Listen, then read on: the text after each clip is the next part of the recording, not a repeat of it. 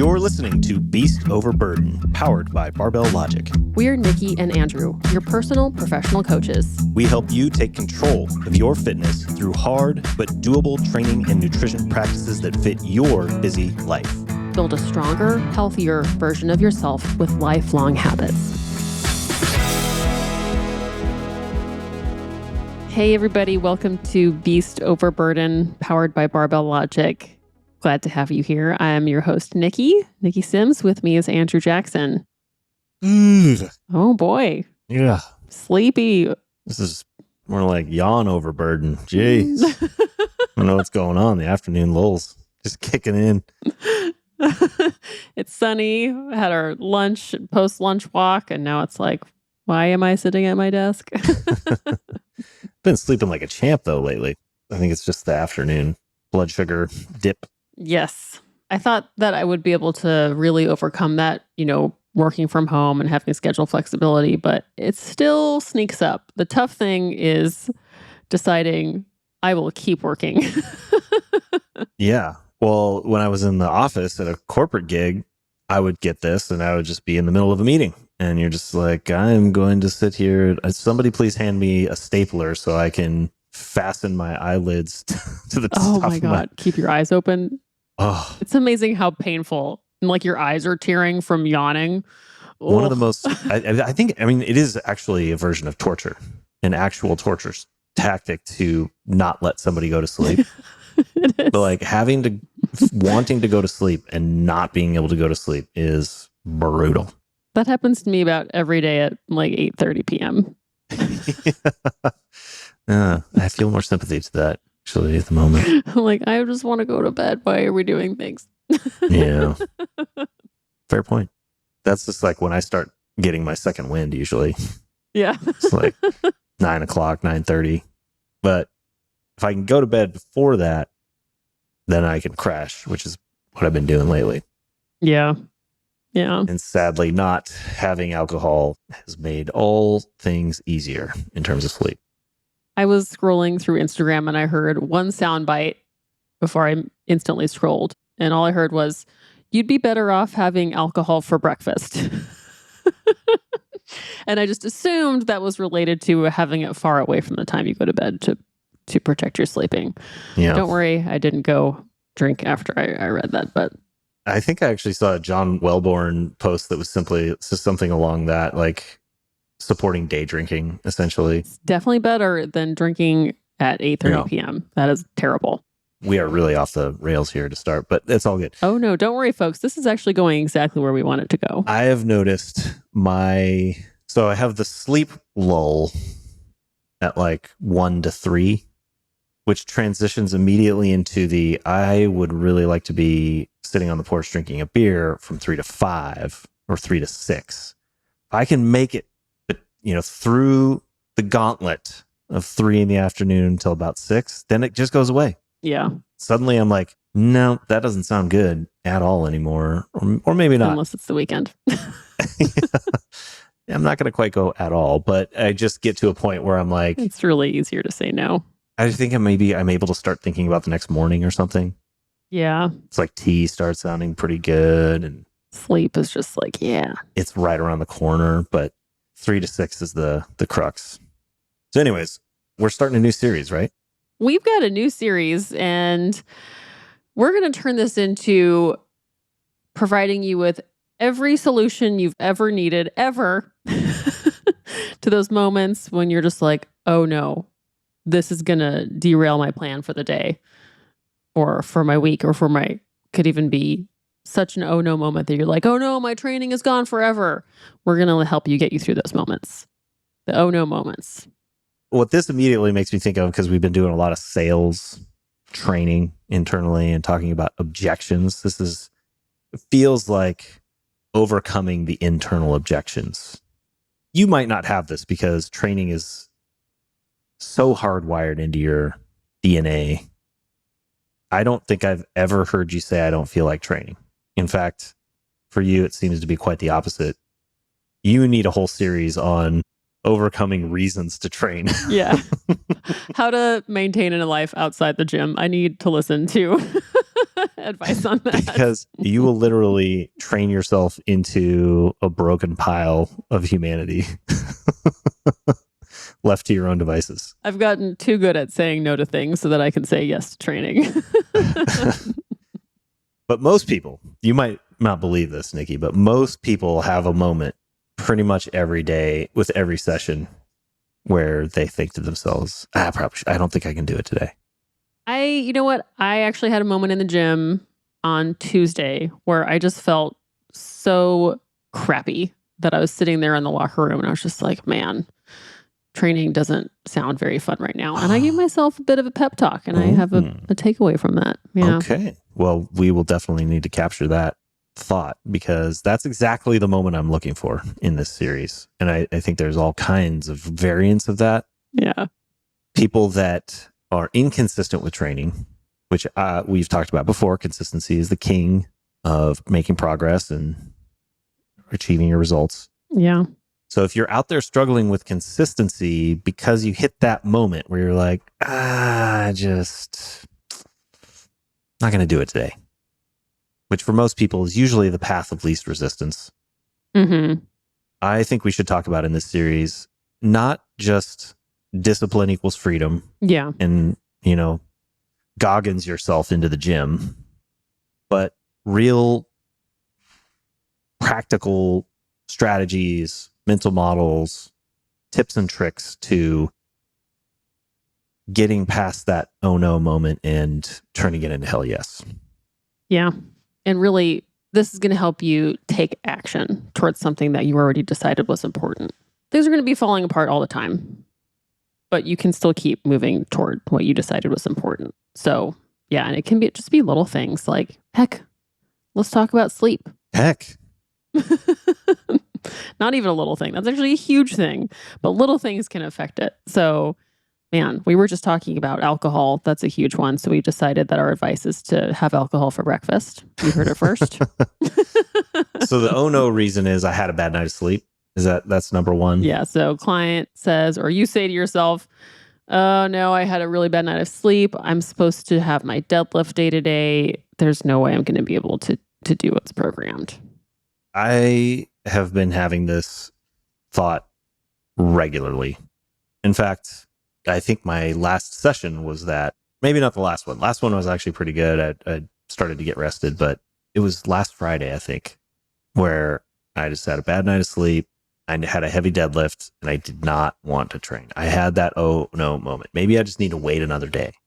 I think you had to snatch too, and you were just like, I don't feel like moving fast. I think that's what right. You said. Yeah.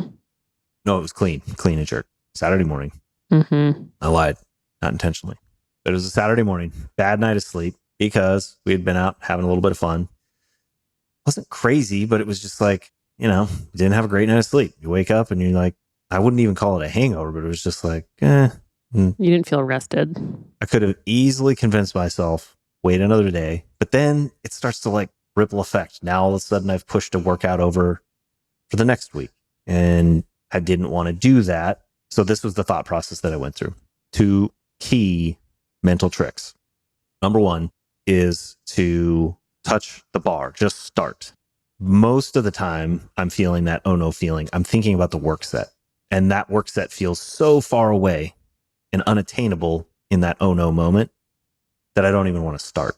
But if I can shift my thinking to the first set, empty bar, warm up, then I can get started. And I just, at that point, along with getting started, I just give myself a little bit of grace to say, let's just see how this ends up feeling.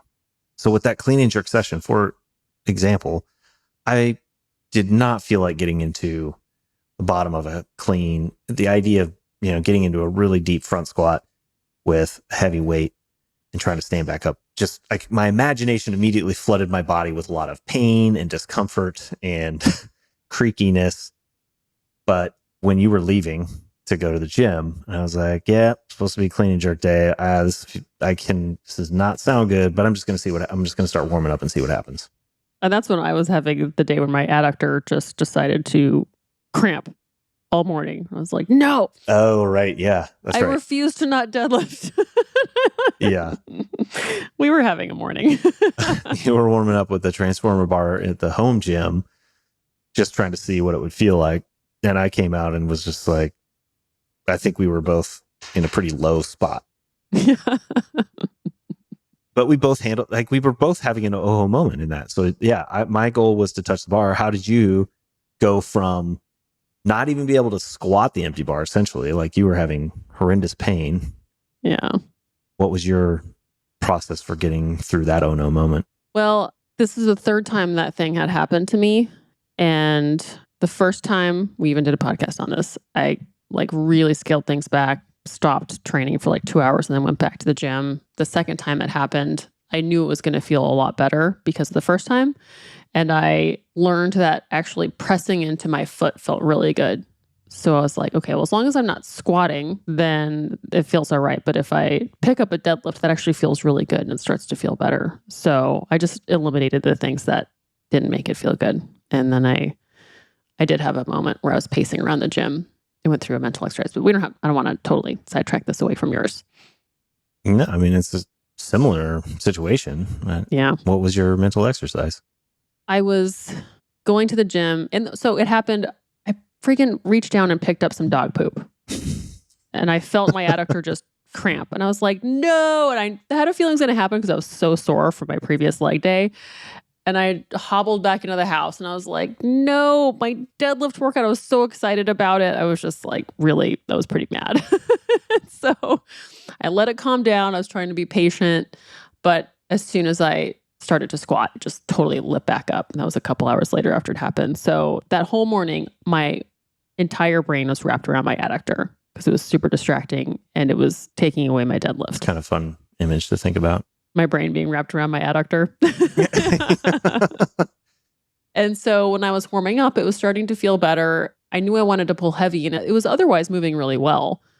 And it felt really good. Like there was 95% of me that felt awesome. And there was 5% of me that was just like, I don't feel very good. And then I was thinking about how much I love a heavy deadlift because I feel my full body when I do it. And I was like, I need to feel the good part of myself. And so I felt that like 95% that was fired up. The bar path was good. I knew I wasn't going to get hurt. But if I let myself be distracted about it, I wasn't going to be able to go like, I've used this analogy of turning the dimmer all the way up. I wasn't going to be able to go there.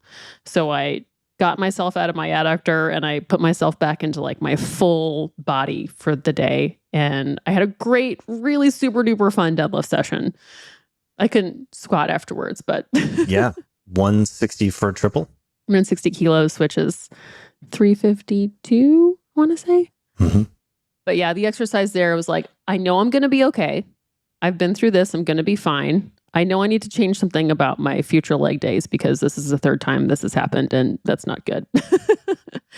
But how do I still get into like my full body and how I'm feeling right now and stop just being like anchored by this?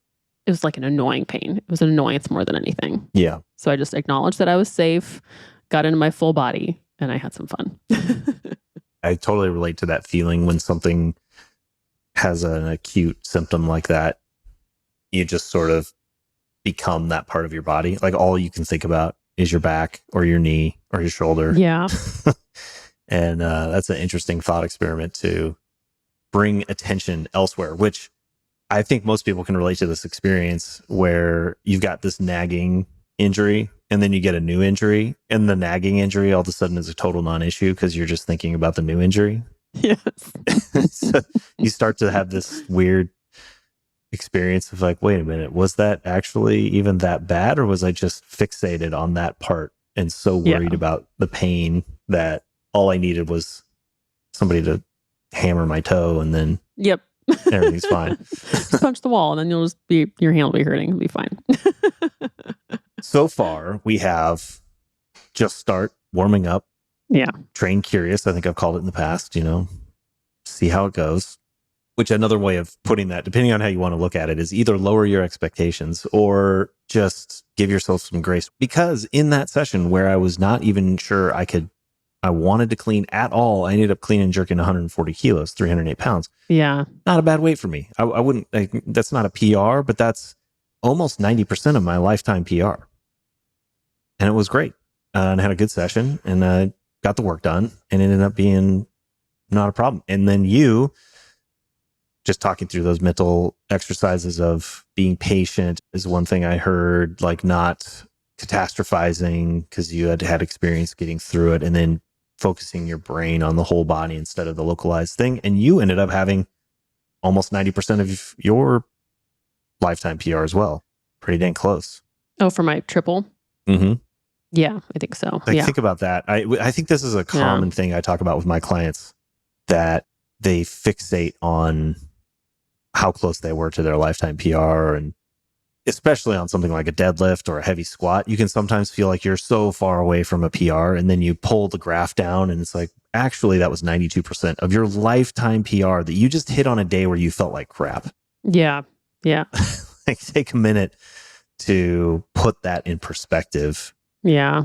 You know, as you advance in your training and you get closer to your genetic potential on the training advancement curve, the day-to-day fluctuations in your ability to perform on any given day are going to vary, quite a bit. And you're going to be much more sensitive to recovery and stress and all these kinds of other things. That's going to play out in a way that shows up as weight on the bar. But any day, I mean, I've been training long enough that any day over 90%, I think is almost a PR because I'm just getting older. So if I'm still hitting 90% and I'm a year older, I don't know. I call that a win. That's pretty good. I agree. On the day earlier this week when I had that moment of just like, man, I could see that what that feeling is of not wanting to work out. And I was literally just sitting in the gym being like, I have no hype for this session. My stomach has been bothering me. I was like low energy, cramping, my head hurt. I'm just a bloated whale this week, and I really did not enjoy being at the gym. Like, I took a video of myself, and I just wanted to fly out of the country and never be seen again. It's just like one of those tough days. And I think what really worked for me, you used the phrase train curious, but I think what was helpful in that moment for me was knowing that this didn't have to be any of my peak moments. It was not going to be a PR anywhere. It didn't need to be a PR. It was not going to be any of the peaks in my training career. And I also needed to start having some hope that whatever I do, I'm taking action. If that was going to be, I decide to not train today and give myself a little bit of rest time, that would have been intentional. But what came up for me was, you know what? It's totally likely that I'm going to start warming up and I'm going to feel good, at least for a little while. I'm not going to say like, you're going to feel great forever. I actually started feeling like total dog crap immediately after my session again. But for that time, about an hour when I was training, I felt pretty darn good. And then I saw the video of me doing RDLs and then I wanted to leave. We are making an amazing sales pitch for training right now. Be like us.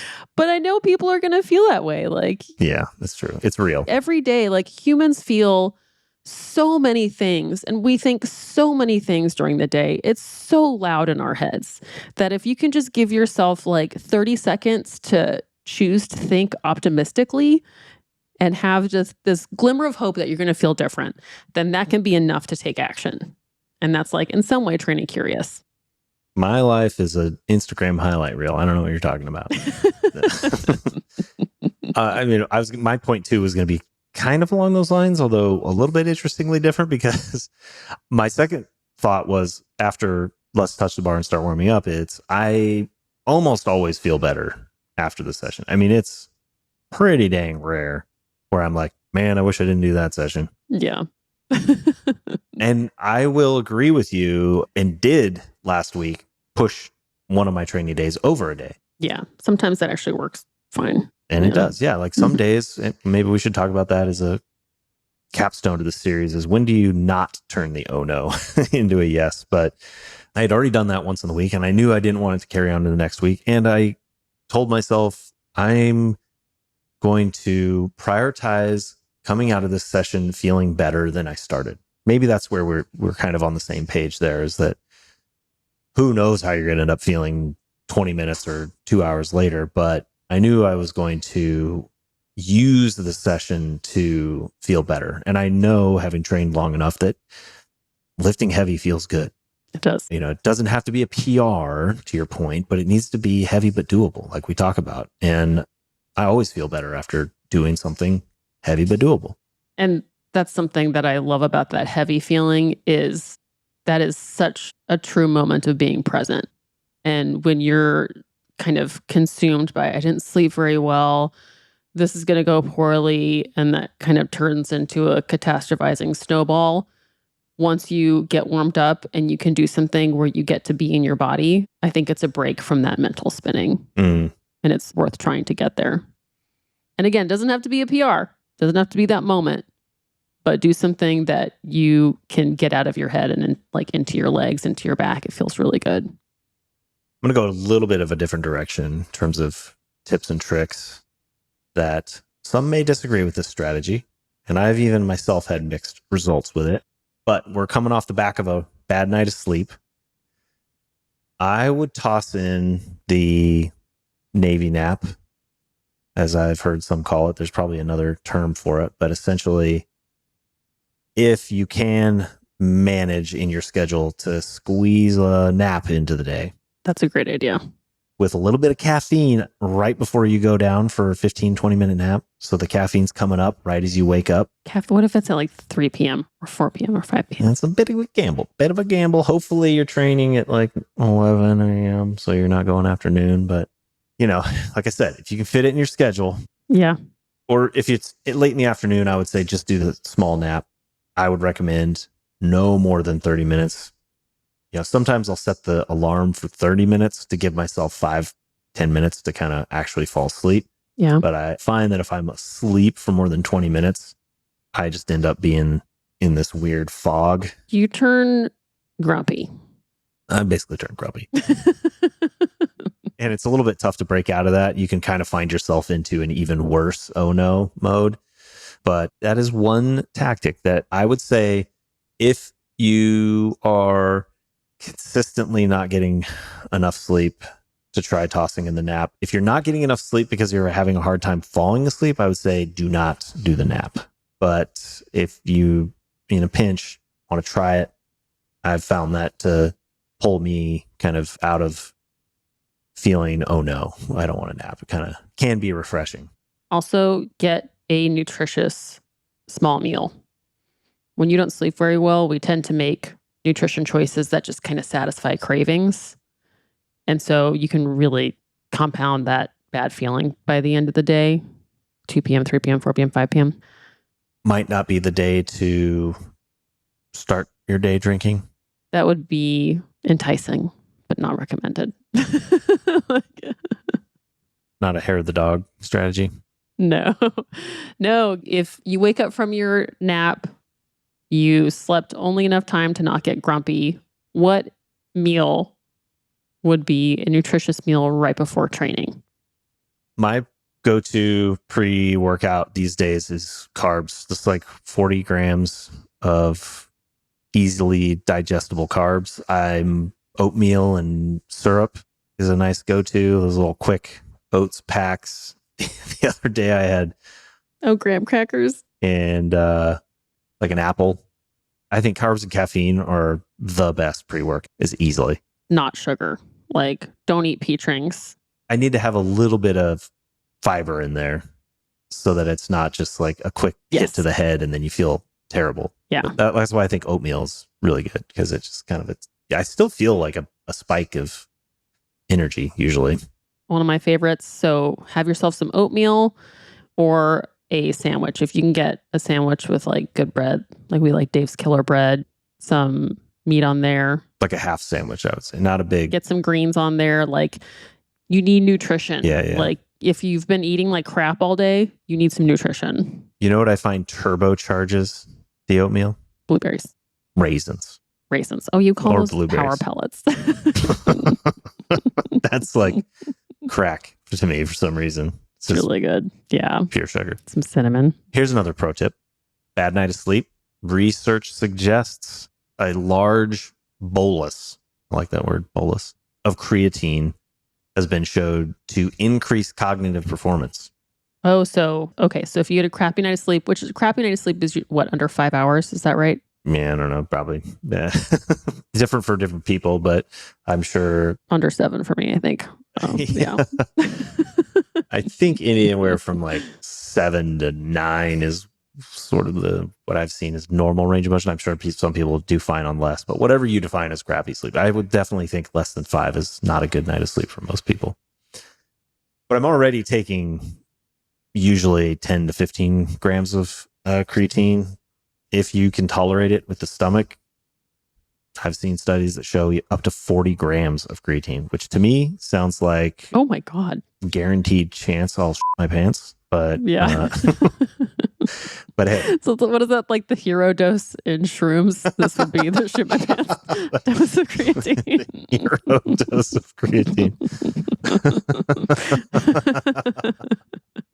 I've lately been finding the timing can even make a difference. Like the other morning, I woke up a little bit early and I took the hero dose of creatine, went straight for a 4-shot cup of coffee of espresso. Oh no. And immediately just poured all of that directly into the toilet. Is this the morning that you walked in and you were like, I'm really glad we have more than one bathroom in this house? More than one bathroom with extremely loud fan. That's the day. So lately I've been trying to make sure that I have that balanced, nutritious breakfast that you mentioned, which I wholeheartedly agree with, and have some good amount of water. Well, even if it's not, I'm just saying right before you train. Some people are going to train like 5 p.m. And oh yeah, I would hit that kind of 40 to 60 grams of carbs and maybe you can get 15 grams of protein. 15 grams of protein, pretty low fat, I would say at that point. Yep, totally agree. That can really help. That'll make a big difference. And then as we're getting into the summer, I think water actually makes a huge difference. Especially if you're in an area where you're sweating a lot and you notice you're just like running out of gas throughout the day or in the middle of a workout, you might be surprised how much difference a little bit of water makes. It is. Yeah. You might be like, oh, actually, I haven't had any water today. Yeah. So I would say one final turning an oh no into a yes. Get yourself an accountability partner. That can come in many different ways, shapes, or forms, but I certainly think having a coach is a really important one. They are your ally. Will help you make these kind of decisions and then adjust when something needs to be adjusted. You can start to really lose a lot of trust in your own program. And a coach can be like, hey, listen, let's keep you doing this, or let's pivot here. And I think that can be really helpful in those moments of despair. I had a moment this week trying to set up a local developer environment on my computer where I felt just like totally lost and in the woods on what to do, because I studied computer engineering, computer science, but I never really used it much. And I'm finding myself into a position where I think I might need to do that more often. And I had one of our teammates help me get it set up. And I went from feeling totally lost, even though I could look up all the instructions on the internet. There's ChatGPT, there's Codex, there's Wikipedia, blah, blah, blah, Google. Couldn't do it. Couldn't figure it out. I didn't know where I was. I was off the trail and I couldn't figure out how to get back. I felt totally lost. I didn't know how far I was away from making progress either. That was probably the most frustrating things. I couldn't tell whether the time I was spending working on it was getting me closer or further away from done. Yikes. And that feeling, I think, is what it's like to try to train without a coach. You don't know whether the time you're investing is actually contributing towards your goal, making it worse in some cases, or just doing nothing, and which shortcuts to take or which things are important to keep in your training, especially when you're having these oh no moments. I find one of the most valuable things I can do for my clients is clarify what can be cut and what has to stay in to try to get it down to the truly minimum effective dose so that we can continue training and at least make the best use of our time when it feels like oh no, so that they keep the consistency going. And I know this is starting to sound like a huge sales pitch, but I think it's legit. Like, I've felt it, and I think that's what we do as coaches. Yeah. And I think when you pay a lot of money for a coach, you should expect that kind of accountability and support. Absolutely. I agree. Well, head on over to barbelllogic.com/experience. You can find out what that might look like. For free. You might even end up on a call with me. Lucky you. All right, everybody. We will be here next week. Who knows what wisdom you're going to walk away with, but it'll be fun. Oh no to yes. To hell yes, part 2. To hell yes. Thanks, everybody. Bye-bye.